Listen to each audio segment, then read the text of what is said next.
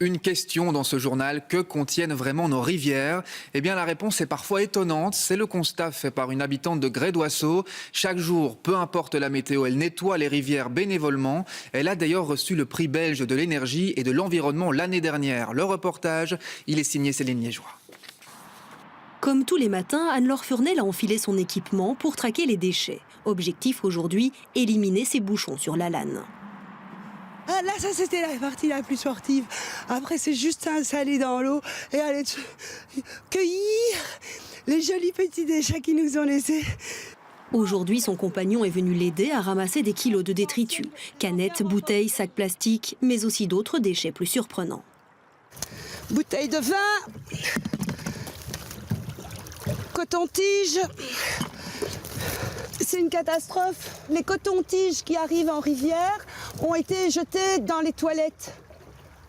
Et donc il y a des maisons qui ne sont pas raccordées aux égouts. Et donc tout ce qui est jeté dans les toilettes arrive en rivière. Alors en surface, on trouvera des cotons-tiges. Dans le lit, ce seront les lingettes.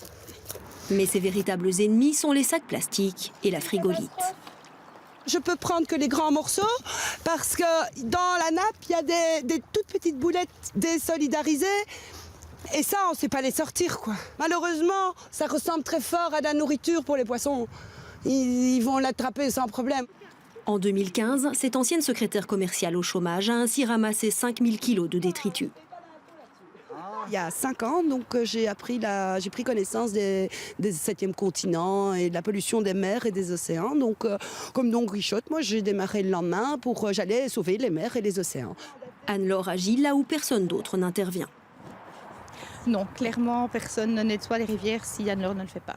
Il faut savoir que la gestion des rivières est gérée par les différents gestionnaires, donc les communes, la région et la province.